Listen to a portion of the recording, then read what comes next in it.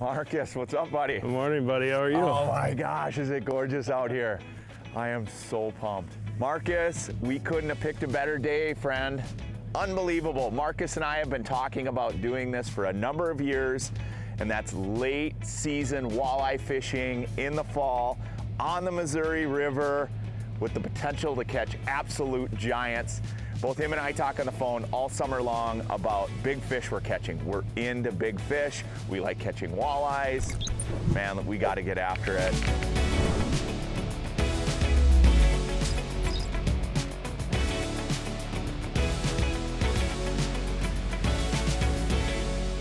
I am looking for bait and fish, but more importantly, you're not going to find fish where the bait isn't. So bait's the first step, and then the fish are the second step here. These fish are just migrating right now. They're kind of getting ready to fall into their winter patterns, so they're feeding up, and this bait's moving into this cooler, deeper water, and the fish are following them. Jig and wrap, locked and loaded.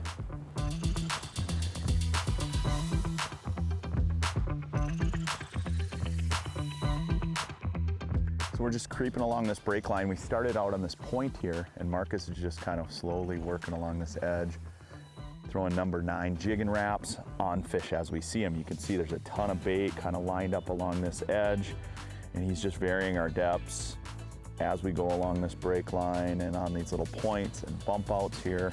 And then as we see fish, he's slowing down the trolling motor, and we're dropping on individuals, just hunting them down out on the Missouri River.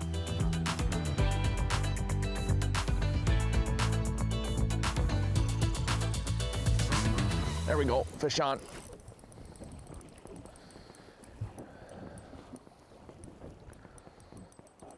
Marcus, that hit was violent. Looks like a good one. Yeah, not too bad. There was like 3 of them on the screen. As soon as you rolled over them, they were like, did you see them all? Oh, popped off. I got something. There's a lot of them down there, man. I mean, since we pulled in here, there's just fish just racing all over underneath these fish. It's almost hard to see what's going on with all the bait. Yeah, it's just a small eater, but that's all right, man. There is so many down there. Like that one was like thump, thump, thump. There was like multiple fish hitting it. That first one that came unpinned, I mean, we've been here about 5 minutes, and there is a lot of fish work in this area. You know, we're looking for a big fish bite, but I'll take any walleye, really. I mean, I like catching fish, Marcus, so it doesn't matter. But we're throwing these number 9 rip and wraps, and we're just trying to land up on top of these fish as they're moving. They're cruising so fast right now. It's unbelievable. It's cool to watch them on the live scope. You know, I've basically been trying to either get right in front of them, or if Marcus spot locks, I'm trying to anticipate which way they're moving. You know, I've had a few of them that are cruising up underneath the boat. A couple other times, we're right on the edge of this break. He's cruising forward, and as those fish are coming, I'm trying to time it in the back with the jig and wrap here. But I'm basically throwing the jig and wrap out. Both of us are fishing jig and wraps. We've been kind of switching back and forth between jig and wraps and plastics, depending on depth. But we're just snapping it about 6 to 8 inches off the bottom. I'm letting it hit the bottom, letting it fall. If there's fish suspended, we'll work the baits right over the top of the fish. But I'm starting to see a lot of them here now. Come on, hook up on that.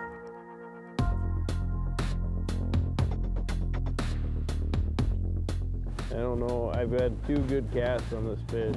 No, he didn't even react. See his jig wrap right in front of it now.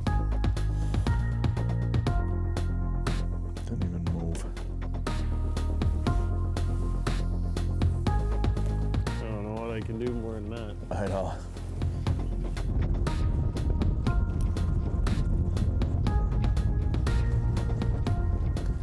Eat it. Oh. Swam right underneath it. Are you throwing it, those ones right there? Yeah, one right here, I'm throwing it. Ah, they're moving.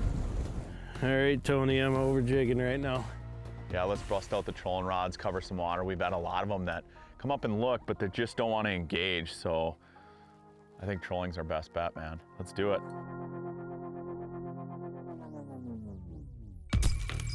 Dialed In Angling, brought to you by Strikemaster Maven, Rapala,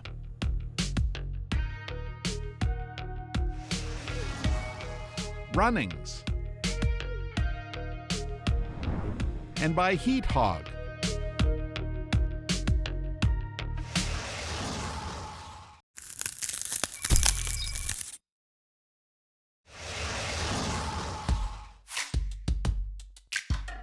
All right, Tony, let's get out some gold miners.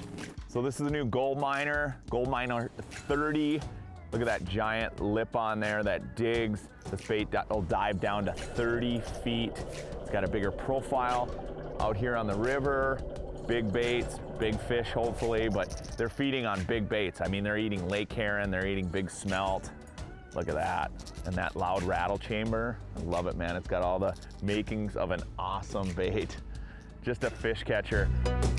So what I'm gonna do here is I'm gonna reel my lure up to the tip, reset the counter, and I'm gonna let 25 foot of line out, and I'm gonna clip on my snap weight here. And I'm running a 6 ouncer on my front rod, and then I'll run an 8 on my back. Everybody does it a little bit different. There's really no written system on this one at all. This is just trial and error, watching my electronics, just depending on your speed, the current, your depth, but this is what I found works best for me for keeping these baits tracking and right in the zone. And it's easy to adjust if those fish are suspended or if they're a little bit lower. With lead line out 10 foot or up 10 foot, I can change 5 foot, 3 foot really quick. Oh, there we go, fish on. Inside rod here, Marcus. That's awesome. I was just watching the boat go over like 3 or 4 of them. I was like, our baits are running right in that zone. I love your trolling system with these snap weights because we're trolling these tight breaks and it's so efficient. You don't have to put out as much line, you know, especially baits that we're running that are this big. They track so much nicer. Well, I'm watching like the 2D and the live scope and everything, and it's really easy to adjust several feet with not much cranking or letting out. Yeah, 100%. As with the lead core, when it's way back there, I mean, it's a little bit tougher. Look at that. On the Gold Miner. I'll take it. Front treble hook. I was always told by the old trollers that if they're hitting the front treble hook, that's the bait, right? If you're only catching them with that tail treble hook, they're swatting at it. But if you get that front treble in their mouth, they want it. That's, yeah, when you know you're dialed in with your speeds and colors and profile. Not bad. Another Missouri River walleye. Get this one back in.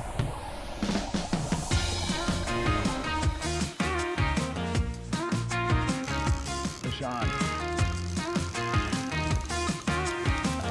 Always like to give it a few cranks before I pull it out of the rod holder. Make sure that that hook gets set in there. It came up a little bit there.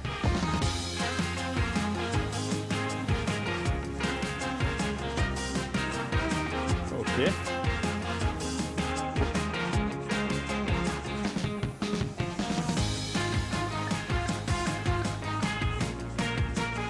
Dinner walleye, sitting right on that edge, huh, Marcus? It is. It's really steep right here. Like 5-10 foot, the boat moves from like 35 to 42 foot. You know, it's a really steep break. That's cool, man.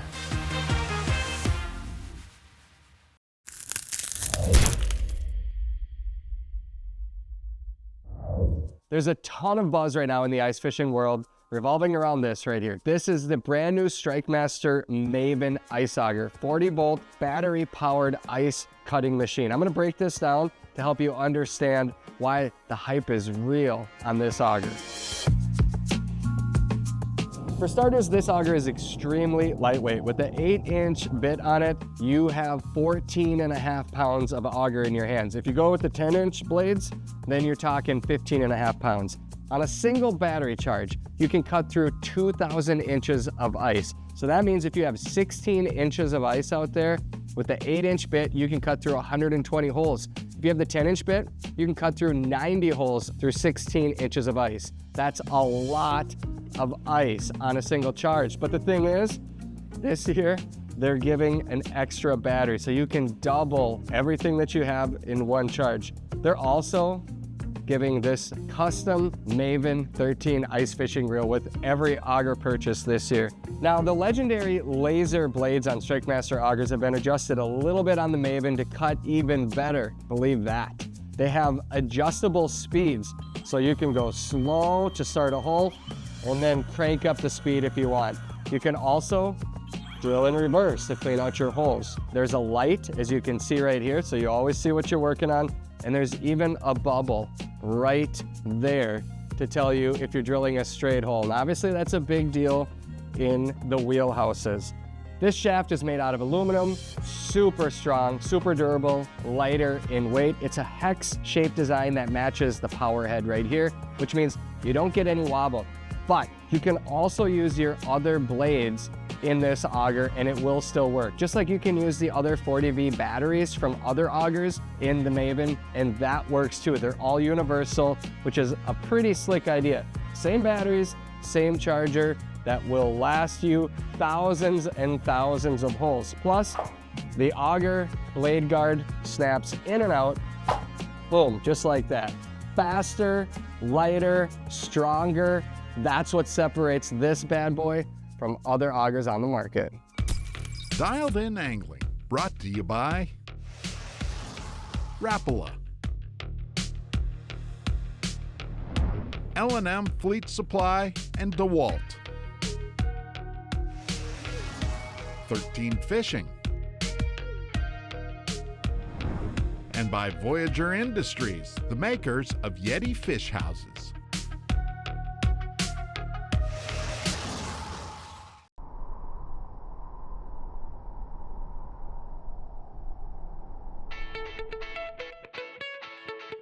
Welcome back to Dialed In Angling. We are out in South Dakota on the Missouri River, fishing with my good buddy Marcus Quam. Fish on, buddy. There we There go. we go. Couldn't have timed that any more perfect. Fishing walleyes on the Missouri River. You know, when it comes to trolling, you know, it's really important to be organized. You know, I like Marcus's system he has out here as far as the way he's fishing these baits. We're using bigger profile baits in the river to catch fish. These fish are feeding on lake heron, smelt. We're using snap weights.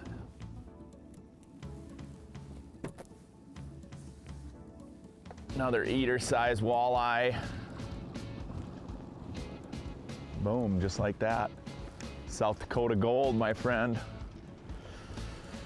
But like I was saying, when you're trolling, it's really important to be organized. From years and years of guiding people, trolling, fishing tournaments, you know, it's really important to stay organized. If you look at Marcus's boxes here, he's got them all labeled. Deep Husky Jerk 12s, scatter wraps, gold miners, and see if you look in his boxes, super organized as far as colors are concerned. I do the same thing. It's easy to get unorganized when you're fishing crankbaits. As you start going through baits, different profile baits, different colors, they start getting scattered all over your boat. Now you get confused on what baits you use, which ones are working. You know, trolling is really systematic and categorical. If you can do it right, you're gonna be a better troller. The more organized you can be, the more precise you're gonna be, you put more fish in the boat. There we go. Fish on. There you go, Marcus. Fighting a little better, huh? Yeah, it doesn't feel too bad.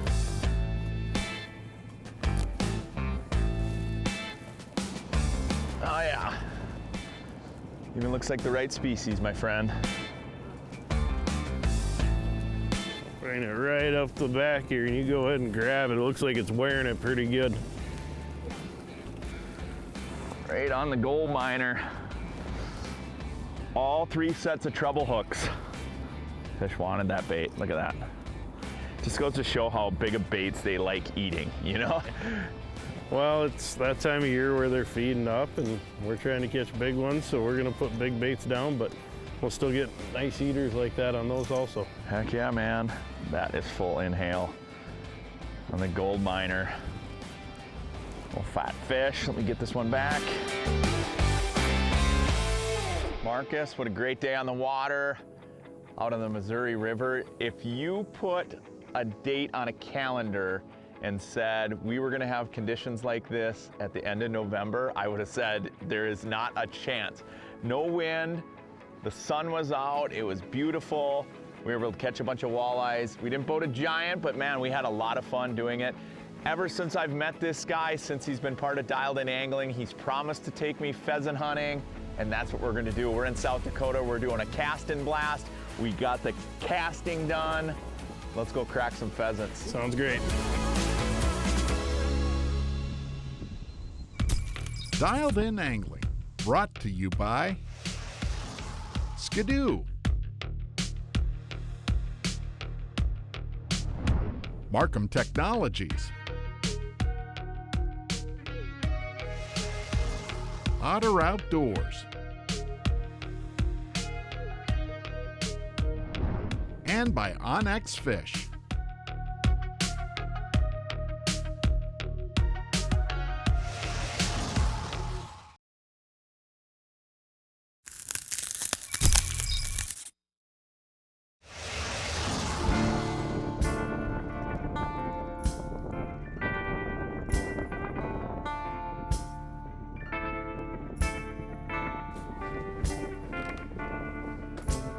Wow, this place is killer. Oh, Marcus, I am so pumped, you guys. How you doing? I'm Tony. Hey, nice to meet you. Morning. Brian, nice to meet you. Cody, nice to meet you. I'm Tony. Man, great spot you got here. Unbelievable. I am so jacked up to shoot some pheasants.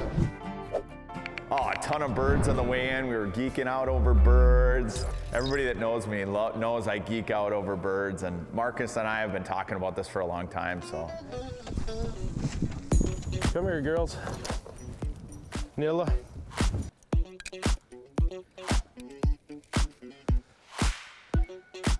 All right. What do you think? You ready? I'm ready, Marcus. Look at all the tracks in the snow. If we can be like 10 yards apart. Oh yeah. Probably like right in there, Tony, should be Yeah, good. that'll work. And then we're gonna walk this straight to the east.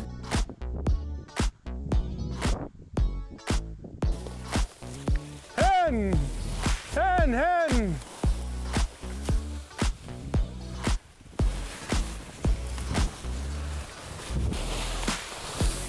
Hen! Another one just snuck out.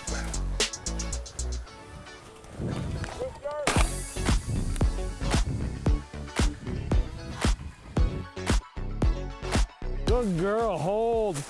Good girl. Give. Good girl.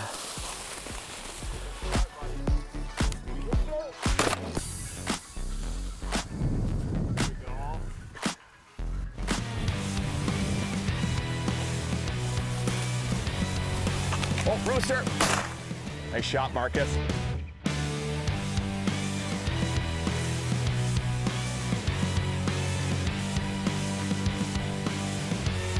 I just like watching the dogs work, man. I don't care who kills them. I just like seeing that dog work through the field. And when those dogs came around, they're just like, ah. Oh, that's awesome. Oh, rooster. Dead bird, Nice shot, nice shot. There it is, buddy. Number 6, that did not take long. That was a South Dakota beatdown.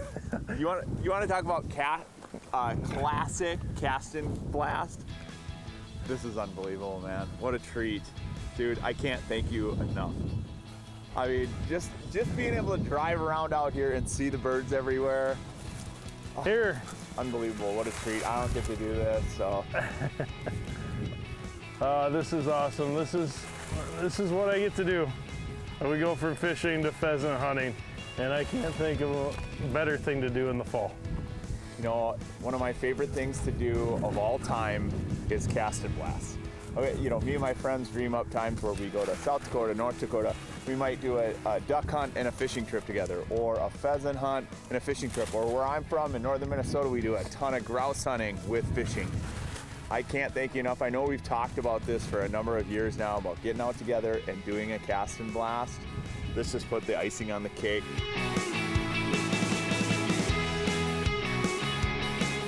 Man, what a great trip, taking advantage of some killer fall weather to do a South Dakota cast and blast on Dialed In Angling. It's a dream come true. Special thanks to Marcus Quam for taking me out here, showing me a good time on the water, and then also shooting pheasants. Hopefully we helped you get dialed in.